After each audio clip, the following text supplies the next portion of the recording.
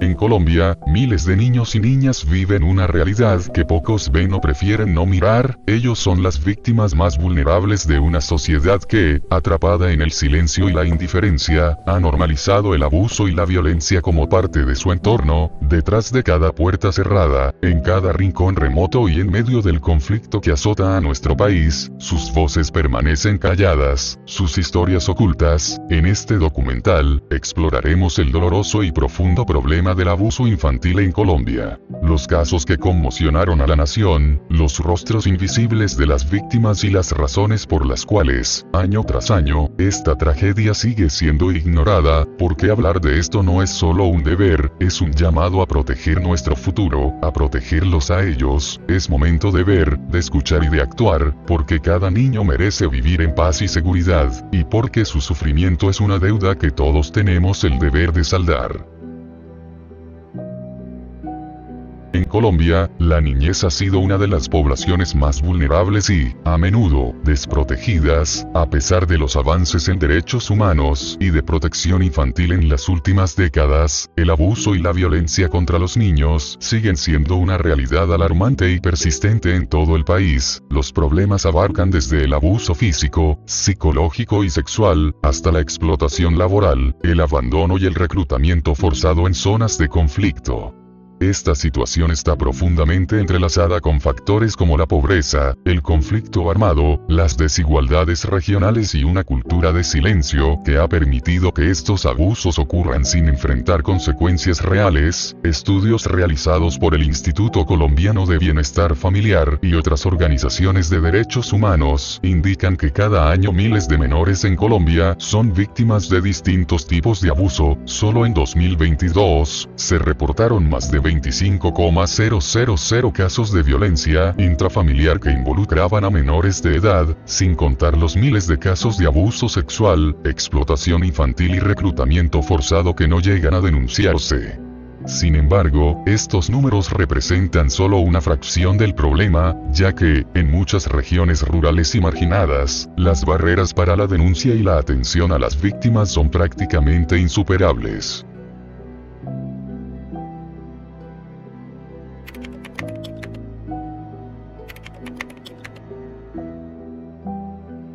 Varios factores agravan la situación de vulnerabilidad infantil en Colombia. El conflicto armado y el reclutamiento forzado. Zonas como el Cauca, Caquetá, Nariño y el Catatumbo están afectadas por la presencia de grupos armados ilegales, lo que aumenta el riesgo de que los niños y adolescentes sean reclutados como soldados o usados en labores relacionadas con el narcotráfico. Estos menores son sometidos a condiciones de vida inhumanas, expuestos a la violencia extrema y privados de educación y oportunidades de desarrollo.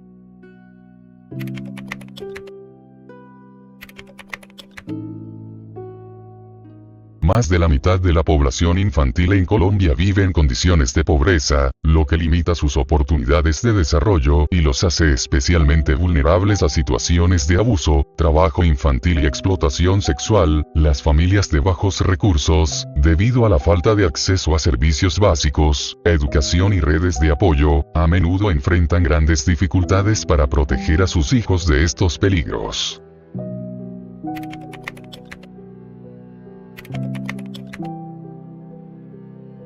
Otro factor es la cultura de silencio y la normalización del abuso. En muchos sectores de la sociedad colombiana, existe una cultura de normalización y silencio frente al abuso infantil. Se tiende a ver el maltrato físico como parte de la crianza, y las denuncias de abuso sexual suelen ser minimizadas o ignoradas, especialmente si ocurren en el ámbito familiar. Esto ha creado una percepción de impunidad en la que los abusadores, especialmente dentro de las familias, actúan sin miedo a enfrentar consecuencias legales.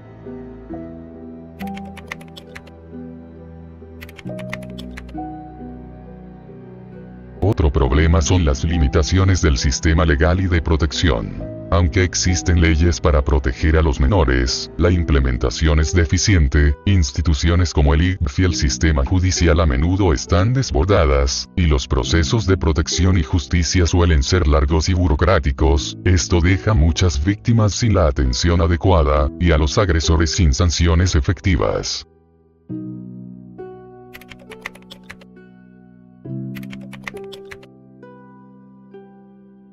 factor también importante, el débil acceso a educación y salud mental. La educación es fundamental para empoderar a los niños y a sus familias en la identificación y prevención de situaciones de abuso, pero muchas comunidades carecen de acceso a servicios educativos y de salud mental. La falta de estos servicios también afecta la rehabilitación de las víctimas y contribuye a perpetuar los ciclos de violencia y abuso en las familias y comunidades.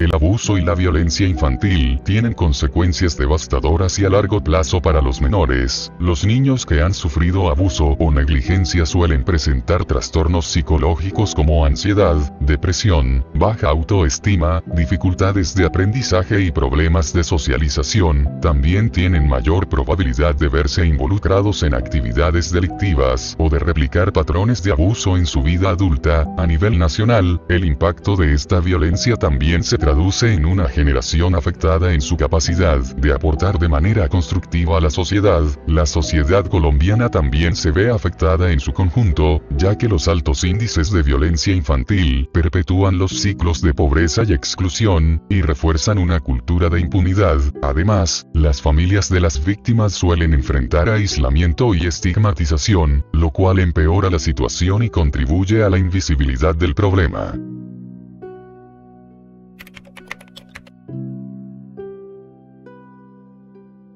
Colombia enfrenta numerosas barreras que dificultan el combate contra el abuso infantil. Por un lado, la falta de recursos y la ineficacia de las políticas públicas han demostrado ser grandes limitantes. Por otro lado, la corrupción en algunas entidades estatales y el enfoque limitado de las leyes de protección infantil hacen que el sistema de justicia y de bienestar familiar sea insuficiente para atender adecuadamente las necesidades de las víctimas. Asimismo, la cobertura de los medios de comunicación suele ser superficial y no siempre refleja la gravedad del problema ni sus causas estructurales. Los medios a menudo presentan estos casos de manera aislada, sin enfocarse en cómo los factores sociales, económicos y culturales contribuyen a esta problemática.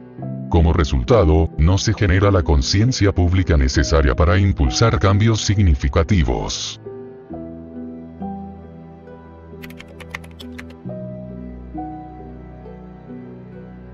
Para erradicar el abuso infantil en Colombia es necesario un cambio profundo en varios niveles. Se requiere de una mayor inversión en educación, acceso a salud mental, y campañas de sensibilización que cuestionen la normalización de la violencia en el hogar y en la sociedad. Las políticas de protección infantil deben ser reforzadas y monitoreadas para asegurar su correcta implementación en todo el país, y es necesario que el sistema de justicia brinde respuestas rápidas y efectivas a las denuncias. En última instancia, es responsabilidad de toda la sociedad colombiana, no solo del gobierno, proteger a los niños y niñas del país. Es necesario que todos, desde padres hasta maestros, líderes comunitarios y ciudadanos en general, se unan en un compromiso de no ignorar ni minimizar el sufrimiento de los menores. Solo así se podrá garantizar un futuro seguro y digno para las próximas generaciones en Colombia.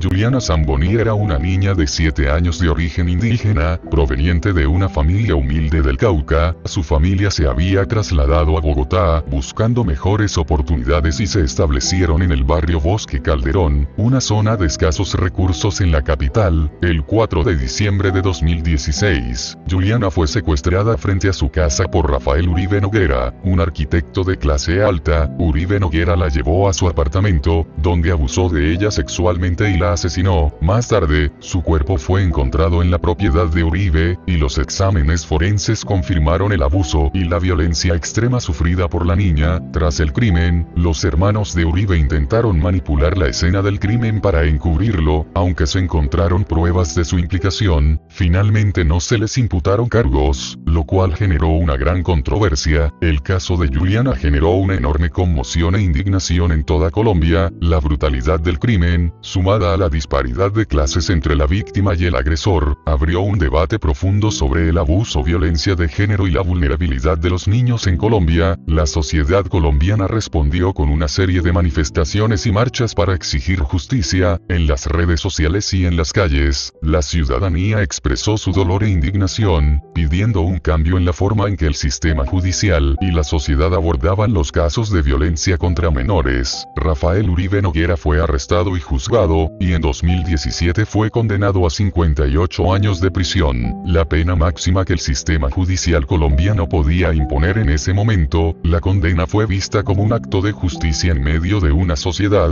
que históricamente había sido muy crítica con el sistema de justicia, aunque los hermanos de Uribe fueron investigados por intentar alterar la escena del crimen, no se les impuso una sentencia, lo que generó aún más críticas sobre la impunidad y el privilegio en casos donde los acusados pertenecen a clases sociales acomodadas. El asesinato de Juliana Zamboni provocó una ola de conciencia y activismo en temas de derechos infantiles, y contra el abuso sexual y el feminicidio comenzaron a exigir políticas y reformas para la protección de los menores de edad en Colombia. Este caso fue un catalizador para que varias organizaciones y entidades promovieran reformas que protegieran a la niñez, y la presión ciudadana llevó a que el gobierno revisara y fortaleciera las políticas de protección infantil.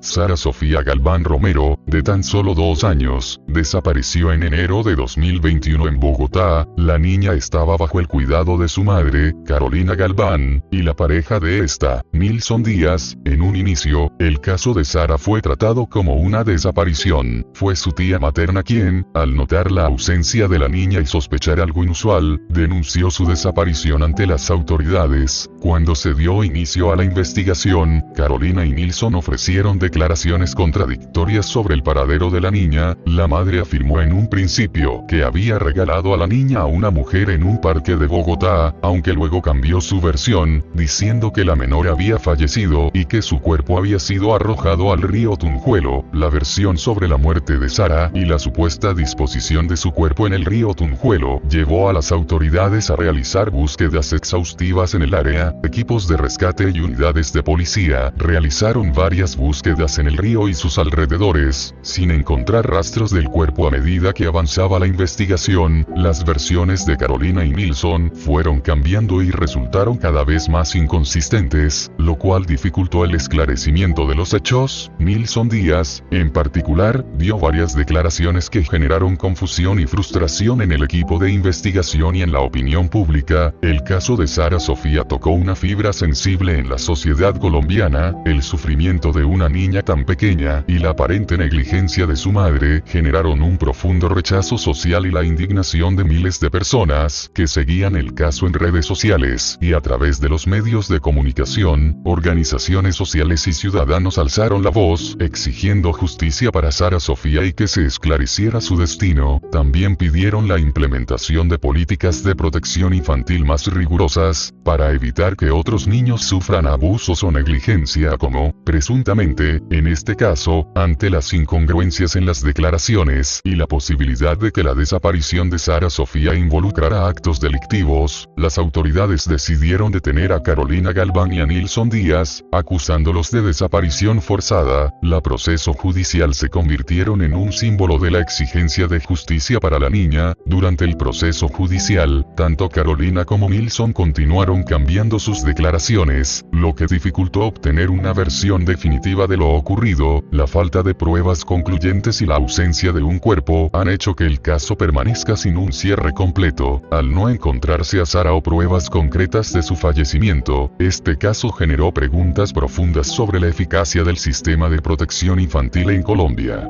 Las instituciones que deben velar por la seguridad de los niños, como el Instituto Colombiano de Bienestar Familiar, han sido criticadas por su incapacidad de prevenir situaciones de riesgo para niños vulnerables. El caso de Sara Sofía sigue sin una resolución concluyente, lo que ha incrementado la frustración de la sociedad ante la sensación de impunidad. La falta de un desenlace claro ha dejado una herida abierta en la opinión pública colombiana y en las personas que han seguido de cerca la situación de esta pequeña.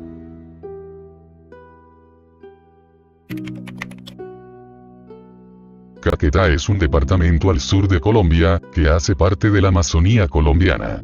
Esta región ha sido históricamente afectada por el conflicto armado entre el Estado, grupos guerrilleros como las FARC, y actualmente grupos residuales y disidencias. Además, enfrenta grandes desafíos socioeconómicos, como el desempleo, la pobreza extrema y la falta de acceso a servicios de salud y educación, lo que deja a los niños en situación de alta vulnerabilidad. En muchos municipios de Caquetá, los niños viven en condiciones extremadamente precarias, enfrentando desde desnutrición hasta explotación laboral y, en algunos casos, incluso reclutamiento forzado por parte de grupos armados. Esta situación se complica por la ausencia de instituciones gubernamentales, como el Instituto Colombiano de Bienestar Familiar, y la escasez de programas de apoyo social. Las autoridades y varias ONG han estado monitoreando la situación de los menores en Caquetá, debido a las preocupantes cifras de desnutrición, mortalidad infantil y violencia intrafamiliar. En 2023,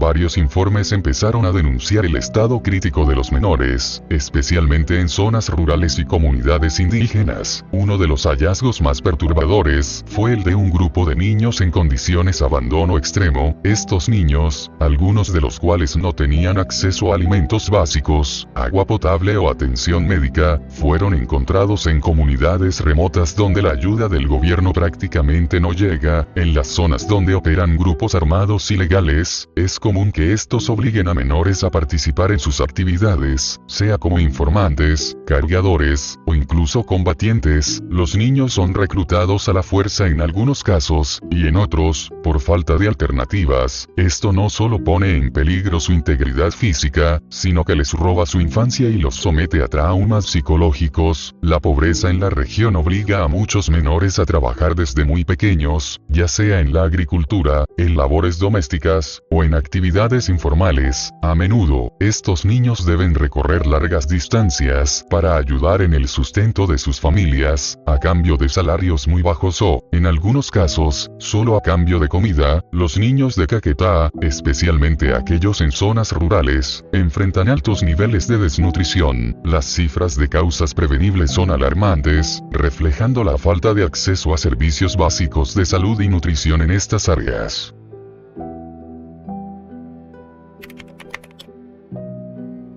La Guajira, ubicada en el extremo norte de Colombia, es hogar de la comunidad indígena Wayuu, que enfrenta una crisis humanitaria grave y prolongada. Las familias viven en condiciones de extrema pobreza, y el departamento tiene uno de los índices de pobreza más altos del país, junto con altos niveles de mortalidad infantil y desnutrición. La escasez de agua y la sequía crónica en la Guajira agravan las condiciones de vida, dificultando la agricultura y el acceso al agua potable. Esto, junto a la falta de servicios básicos, genera una dependencia en ayudas gubernamentales e internacionales, que muchas veces no llegan o son insuficientes. En la Guajira, la desnutrición infantil ha alcanzado niveles alarmantes, especialmente entre las niñas y niños indígenas Wayuu, debido a la escasez de alimentos y al difícil acceso a servicios de salud. Muchos menores sufren de desnutrición aguda. De acuerdo con datos de organizaciones internacionales, miles de niños han muerto en la última década, debido a la desnutrición y enfermedades prevenibles. La comunidad Wayuu ha denunciado en repetidas ocasiones la falta de apoyo gubernamental, corrupción en la distribución de los recursos. Aunque el gobierno colombiano ha implementado programas para combatir la desnutrición, estos han sido insuficientes o no han llegado a las zonas más necesitadas. Además de la crisis de desnutrición, las niñas en la Guajira están expuestas a situaciones de abuso y explotación. Algunas de ellas son víctimas de trata y explotación sexual, y debido a la falta de recursos económicos, algunas familias son obligadas a recurrir a matrimonios infantiles para sobrevivir. Estas prácticas son un reflejo de la vulnerabilidad extrema en la que viven las niñas Wayuu y de la ausencia de protección estatal. La falta de denuncias y de presencia efectiva de las autoridades hace que muchos casos de abuso y explotación pasen desapercibidos. Las barreras culturales y geográficas también dificultan que las niñas niñas puedan acceder a ayuda o denunciar estos abusos. La situación de las niñas de La Guajira ha sido denunciada por diversas organizaciones de derechos humanos y ha generado indignación a nivel nacional e internacional. La crisis humanitaria en esta región ha llevado a que varias ONG y organismos internacionales llamen las condiciones extremas de vulnerabilidad en la que viven estos niños y niñas. La situación ha impulsado protestas y llamados a la acción tanto en Colombia como en el extranjero. Varias organizaciones han demandado que el gobierno colombiano tome medidas inmediatas para proteger a las niñas Wayuu y para mejorar las condiciones de vida en La Guajira, incluyendo la provisión de agua potable, alimentos y acceso a educación. El gobierno colombiano ha implementado algunos programas para combatir la desnutrición y la falta de servicios básicos en La Guajira, pero estos han sido insuficientes y no han logrado frenar la crisis. Además, la corrupción en la administración de recursos ha dificultado que la ayuda llegue a quienes más lo necesitan. En 2017, la Corte Constitucional de Colombia declaró el estado de cosas inconstitucional en La Guajira, exigiendo al gobierno que tomara medidas para resolver la crisis. A pesar de esta intervención, el impacto ha sido limitado y la situación sigue siendo crítica para las comunidades indígenas. Las niñas que enfrentan situaciones de desnutrición, abuso o explotación desarrollan traumas significativos que afectan su salud mental social. La falta de acceso a educación y a oportunidades de vida dignas limita las perspectivas de futuro de estas niñas, que crecen en un entorno de carencias y violencia. La situación perpetúa un ciclo de pobreza y exclusión en La Guajira, donde las niñas indígenas crecen en condiciones que dificultan su bienestar y desarrollo. Sin apoyo estatal adecuado y sin protección social, estas niñas continúan siendo una población extremadamente vulnerable y marginada.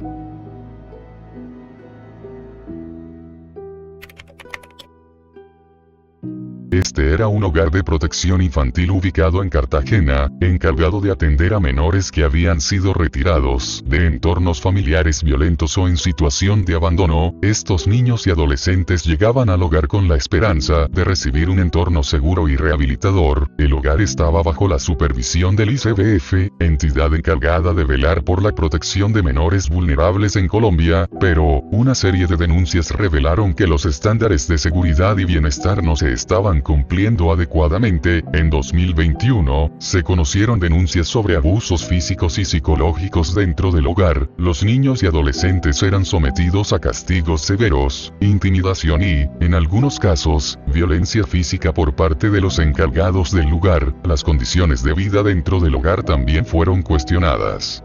Testimonios revelaron que los menores no recibían una alimentación adecuada, y había una falta de recursos esenciales para su cuidado y desarrollo. Además, se reportaron situaciones de hacinamiento, lo que generaba un ambiente insalubre y propenso a enfermedades. La situación se volvió aún más alarmante cuando se reportaron casos de abuso sexual dentro del hogar. Varios menores denunciaron haber sido víctimas de abuso por parte de adultos, algunos de los cuales eran responsables de su protección. Este aspecto del caso conmocionó a la opinión pública, ya que el hogar se había creado para brindarles seguridad a niños que ya venían de entornos de riesgo. En algunos informes se mencionaron indicios de explotación sexual y tráfico de menores, en los cuales los menores podrían haber sido forzados a situaciones de explotación fuera del hogar. Aunque este aspecto del caso no ha sido completamente investigado, generó una gran preocupación sobre la falta de controles en este tipo de instituciones. La revelación de estos abusos en el hogar Renacer generó una ola de indignación en Colombia. Ciudadanos y organizaciones de derechos humanos exigieron respuestas y justicia para señalando al ICBF como responsable por la falta de supervisión adecuada en el hogar.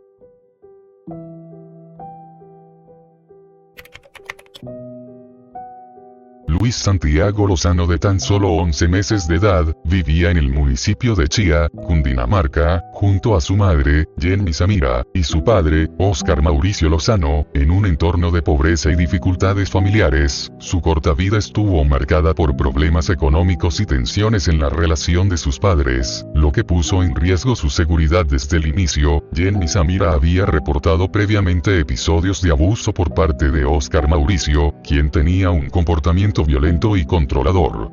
La situación de violencia en el hogar no fue intervenida, y el Estado no brindó el acompañamiento necesario para proteger al menor y a su madre. El 24 de septiembre de 2008, Luis Santiago desapareció en circunstancias misteriosas. Su madre, desesperada, reportó la desaparición de su hijo. La noticia rápidamente atrajo la atención de los medios de comunicación y movilizó a la comunidad local, que se unió a las autoridades en la búsqueda del menor. Óscar Mauricio, el padre del niño, participó inicialmente en la búsqueda, mostrando un aparente interés en encontrar a su hijo, pero, más tarde se reveló que él mismo había organizado y ejecutado el secuestro, manipulando a conocidos y a la opinión pública para desviar las sospechas hacia posibles secuestradores externos. Días después de la desaparición, el cuerpo sin vida de Luis Santiago fue encontrado en un terreno cercano a su hogar, envuelto en una bolsa de plástico. El hallazgo confirmó los peores temores de la comunidad y puso en evidencia la brutalidad del crimen. Ante la presión de la policía y las investigaciones, Óscar Mauricio finalmente confesó haber asesinado a su propio hijo. En su declaración, admitió que había planeado el secuestro y el asesinato debido a problemas económicos y conflictos con la madre de Luis Santiago. La confesión conmocionó a la sociedad colombiana y desató una ola de indignación. Óscar Mauricio confesó que una de sus principales motivaciones era el deseo de evitar la responsabilidad económica de criar a su hijo y de mantener el control sobre su expareja. El crimen fue motivado por una combinación de problemas financieros, resentimientos personales y el deseo de castigar a la madre. Las investigaciones revelaron que Óscar Mauricio tenía antecedentes de violencia y un historial de conflictos con su pareja. Este caso también puso en evidencia cómo los problemas de violencia intrafamiliar y falta de acompañamiento psicológico pueden llevar a desenlaces trágicos cuando no son abordados adecuadamente por las autoridades. El caso generó un gran rechazo e indignación en toda Colombia. Las protestas y manifestaciones exigieron justicia para Luis Santiago y expusieron la frustración de la sociedad ante los altos niveles de violencia familiar y la falta de protección hacia los de riesgo.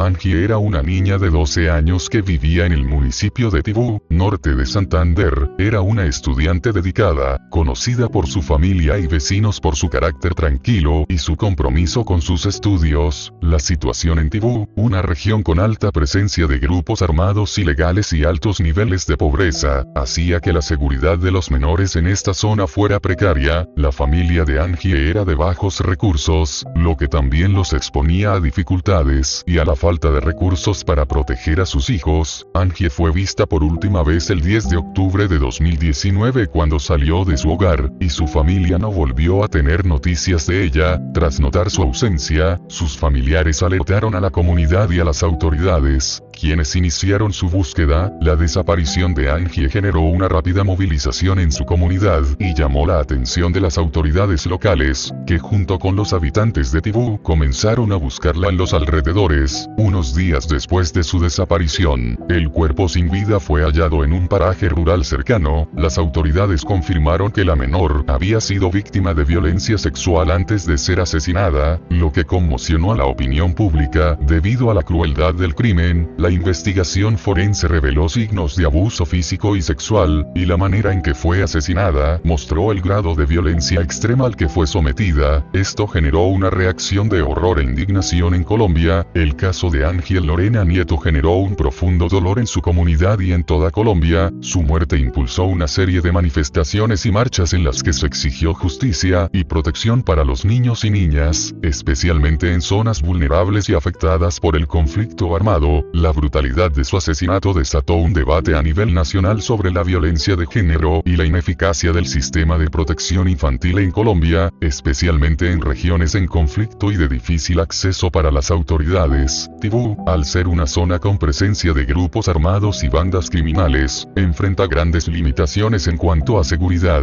La falta de control contribuye a la vulnerabilidad de menores como Angie, que no cuentan con protección en sus entornos. En regiones como norte de Santander Santander, las instituciones de protección infantil no tienen los recursos ni el personal para realizar una labor efectiva. El caso de Angie expuso la debilidad de estas instituciones en zonas rurales y la necesidad de un enfoque integral para la seguridad de los menores. Las investigaciones sobre el caso de Ángel Lorena estuvieron a cargo de la Fiscalía, pero enfrentaron obstáculos debido a la inseguridad y a la falta de recursos en la zona. Hasta el momento, las autoridades han tenido dificultades para capturar a los responsables, lo que ha generado una sensación de impunidad en la comunidad. A nivel nacional, este caso impulsó un llamado a reformar las políticas de protección infantil y de justicia en zonas rurales y afectadas por el conflicto armado. Los defensores de los derechos humanos exigen que el gobierno colombiano actúe de manera urgente para fortalecer el sistema de protección de menores y garantizar justicia en estos casos.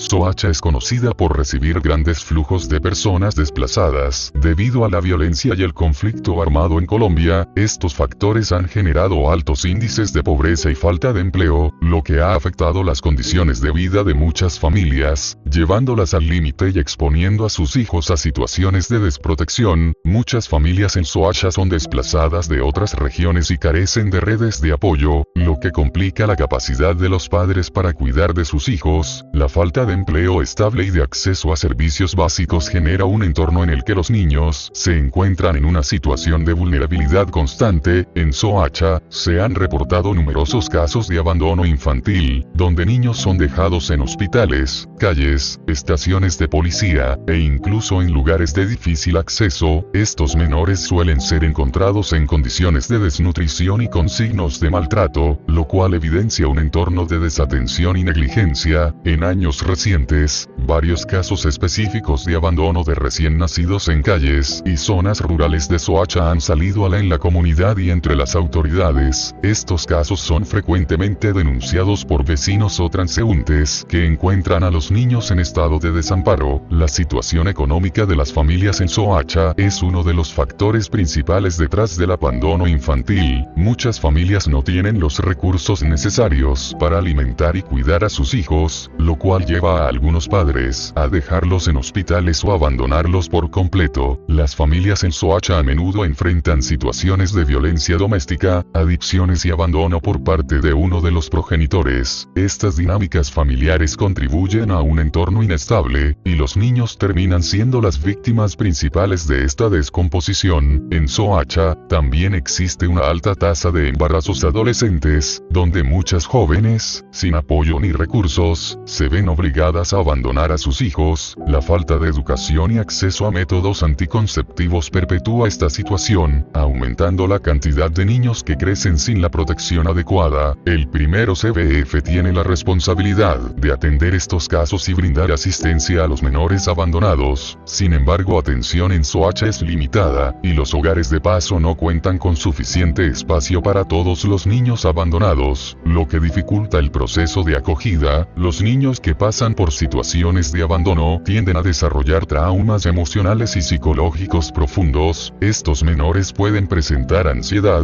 depresión y dificultades para formar lazos afectivos, debido a la falta de una figura paterna o materna constante. Al crecer sin un entorno familiar estable ni apoyo adecuado, estos niños tienen mayores probabilidades de repetir el ciclo de pobreza y abandono, enfrentando obstáculos en su desarrollo académico y personal. Sin una intervención efectiva, su futuro suele verse comprometido.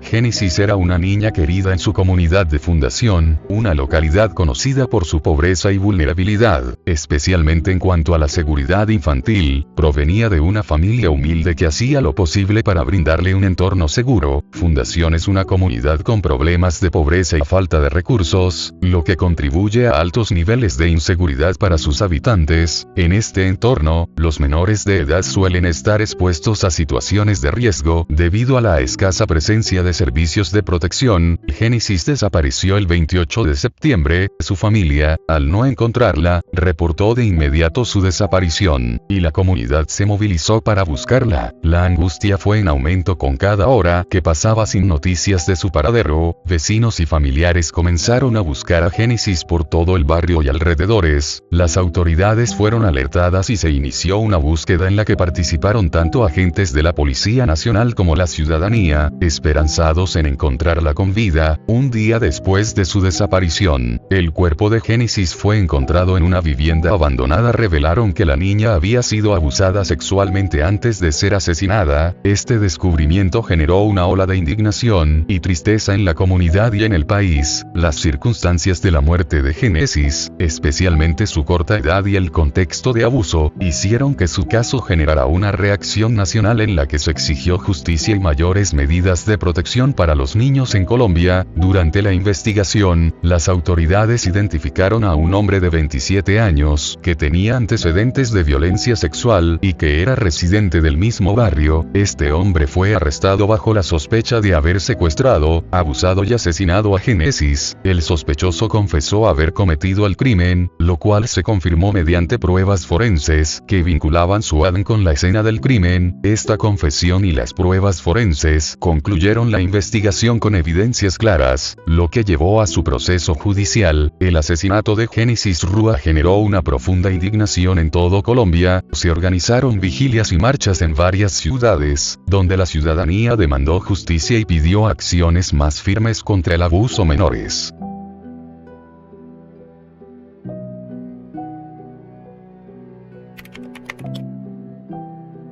La bebé, de solo unos días de nacida, fue encontrada por un transeúnte en una maleta abandonada en la calle, en el barrio Santa Fe, conocido por su alta población en situación de vulnerabilidad y altos niveles de inseguridad.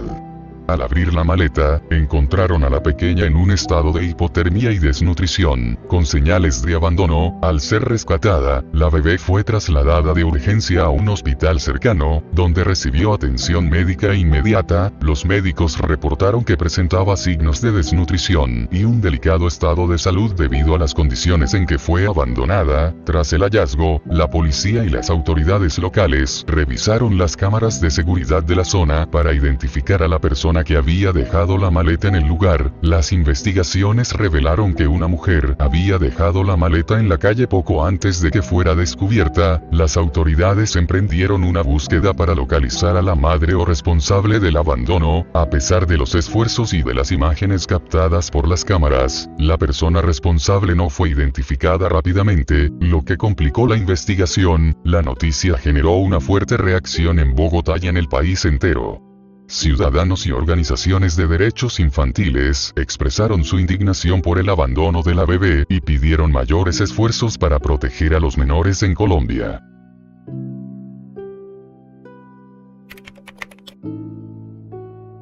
Este caso se dio a conocer en 2022, cuando varios menores que asistían a una institución religiosa en Pereira denunciaron haber sido víctimas de abuso sexual y psicológico. Los abusos habrían sido cometidos por líderes de la institución, personas con posiciones de autoridad que aprovechaban la confianza de los menores y sus familias. Las víctimas, niños y adolescentes, reportaron haber sufrido abuso sexual en un contexto de manipulación emocional y espiritual. Los líderes de la institución religiosa usaban su posición para coaccionar a los menores y, en algunos casos, llegaron a amenazarlos con consecuencias espirituales si revelaban lo que había ocurrido. Las familias de las víctimas fueron las que impulsaron la denuncia, luego de notar cambios de comportamiento en los niños y obtener testimonios directos de algunos de ellos. Las denuncias llegaron a la Fiscalía General de la Nación, que abrió una investigación formal contra los líderes de la institución. Tras una serie de entrevistas y recopilación de evidencias, varios de los responsables fueron arrestados y enfrentaron cargos por abuso sexual y corrupción de menores. Este caso provocó una la comunidad de Pereira y a nivel nacional, especialmente por el papel de confianza que la institución religiosa tenía entre sus miembros.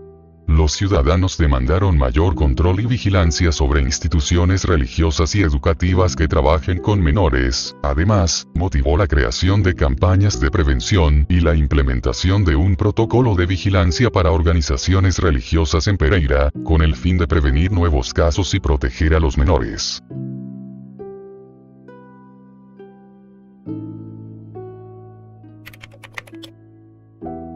En 2021, varios menores de un hogar infantil de Bogotá denunciaron abusos sexuales y psicológicos por parte de uno de los empleados del centro. Los niños informaron a las autoridades sobre los abusos que ocurrían en las instalaciones, donde un cuidador aprovechaba su posición para agredir sexualmente a varios de los menores. La situación fue descubierta cuando uno de los niños pudo escapar y alertar a la policía. El empleado fue arrestado y enfrentó cargos por abuso sexual y corrupción de menores. Como respuesta, el ICBF cerró temporalmente el hogar para una investigación más exhaustiva. Este caso puso de manifiesto la necesidad de reforzar los procesos de contratación y supervisión de los empleados de los hogares infantiles del ICBF. En 2020, se denunciaron casos de maltrato físico y negligencia en un hogar de bienestar familiar en Medellín, donde se reportaron abusos continuos hacia los menores por parte de los encargados del centro. Las víctimas,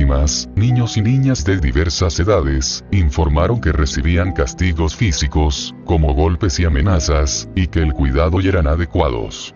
Los menores estaban desnutridos, y muchos mostraron signos de trauma psicológico. La denuncia fue seguida por una inspección de las autoridades, y varios empleados del hogar fueron destituidos y arrestados. Además, el ICBF adoptó medidas para mejorar la supervisión de sus hogares, incrementando las visitas de control y la capacitación del personal. En 2019, se denunció un caso de abuso sistemático en un hogar de bienestar familiar en Cúcuta, donde un grupo de menores sufrió tanto maltrato físico como abuso psicológico por parte de los cuidadores. Los menores informaron que los cuidadores los humillaban constantemente, además de golpearlos en situaciones de rebeldía o mal comportamiento. Algunos niños reportaron haber sido encadenados o privados de comida como castigo. Este abuso se mantenía en secreto hasta que un niño logró contarle a un visitante sobre los maltratos. El primero CBF intervino rápidamente, destituyendo a los responsables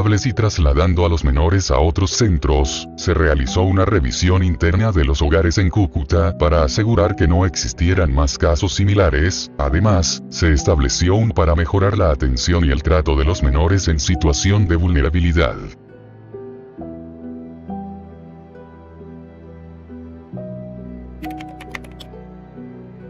En 2022, la Policía Nacional de Colombia, en colaboración con el CT1 de la Fiscalía General de la Nación y otras autoridades, desmanteló una red de pornografía infantil que operaba en Bogotá. Esta red se dedicaba a la producción y distribución de contenido sexual explícito que involucraba a menores de edad, utilizando plataformas de mensajería y redes sociales para contactar a las víctimas y compartir material ilegal. La red operaba principalmente a través de Internet, utilizando plataformas de mensajería como Telegram y WhatsApp, donde se compartían imágenes y vídeos de abuso sexual infantil. Las víctimas eran menores de edad, muchos de ellos en situación de vulnerabilidad, que habían sido engañados por los agresores para producir y distribuir contenido. Durante la investigación, las autoridades descubrieron que la red colombiana estaba vinculada a otras redes internacionales de pornografía infantil, que operaban en diferentes países. Esto permitió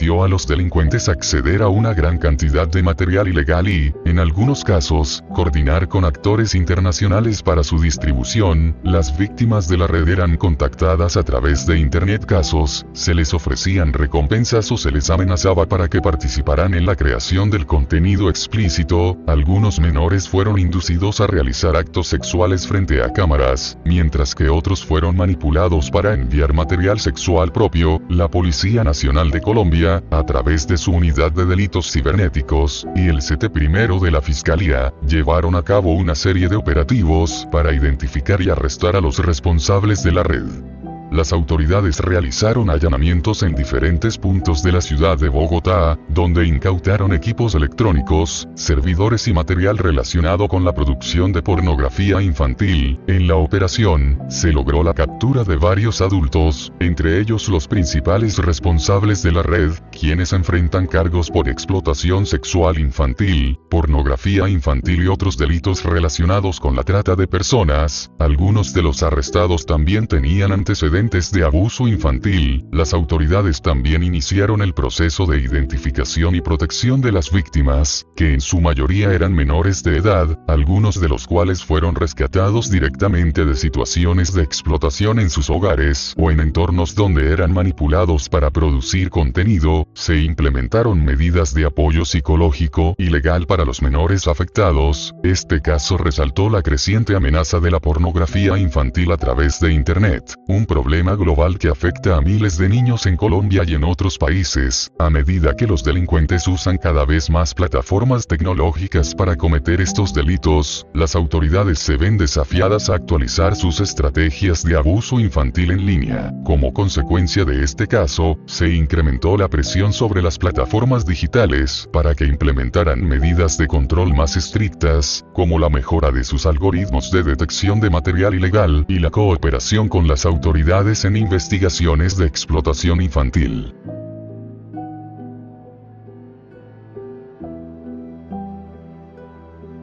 El abuso y la violencia infantil en Colombia son problemas profundamente arraigados que exigen una respuesta urgente y efectiva. Los casos trágicos de niños como Sofía Delgado, Sara Salazar, y muchos otros, son un reflejo de las fallas en el sistema de protección infantil y de una sociedad que, en demasiadas ocasiones, ignora o no sabe cómo reaccionar ante las señales de abuso. Estos niños merecen no solo justicia, sino una vida libre de violencia y un entorno seguro que les permita crecer, desarrollarse y soñar sin miedo. Es fundamental que como sociedad tomemos responsabilidad colectiva para romper el silencio y garantizar que las denuncias sean escuchadas y atendidas con seriedad. Los padres, educadores, vecinos, autoridades y cada uno de nosotros tenemos un papel crucial en la protección de los menores, y es imperativo que trabajemos juntos para crear una cultura de cero tolerancia hacia el abuso infantil. La concienciación, la educación y la implementación de políticas públicas más eficaces son la clave para erradicar esta violencia. No podemos permitir que más niños sufran en silencio. Es tiempo de actuar y garantizar un futuro más seguro para las generaciones venideras. Cada vida infantil importa, y nuestra prioridad debe ser siempre protegerlas y darles las herramientas para crecer en un ambiente sano, lleno de amor y oportunidades. Y sigan apoyando y siguiendo a basura como esta, porque un grupo de individuos como estos solo saben crear mierda para entretener y nada más. Dejen de creer que son artistas, porque simplemente son parásitos. La normalización de la pedofilia en la sociedad es una de las amenazas más devastadoras para la seguridad y el bienestar de los niños. Este fenómeno es profundamente peligroso, ya que pone en riesgo la integridad de los menores y socava los principios fundamentales de protección y derechos humanos. La pedofilia nunca puede ser aceptada, ni justificada en ninguna circunstancia. No existe ningún argumento que pueda legitimar el abuso de un niño, quien debe ser protegido de todo daño y explotado en su capacidad de crecer, aprender y vivir de manera libre y feliz. La normalización de cualquier forma de abuso es un peligroso paso hacia la deshumanización y la indiferencia. Por eso, es crucial que la sociedad rechace firmemente cualquier intento de suavizar o minimizar este problema. Las víctimas de abuso infantil tienen derecho a vivir sin miedo, a ser escuchadas y a que se haga justicia por el daño que han sufrido. Como sociedad, debemos estar alerta y ser proactivos en la protección de los más vulnerables. La pedofilia no debe ser tratada como algo aceptable ni permisible. Es nuestro deber garantizar que nunca se permita que estas conductas sean normalizadas ni minimizadas, y que las leyes, políticas y acciones sociales se enfoquen siempre en la prevención, sanción y erradicación del abuso infantil. La voz de la sociedad debe ser clara. Los derechos de los niños son innegociables. En un momento les tendremos las mejores entrevistas de Heriberto de la Calle. Y hasta aquí los deportes. País de mierda.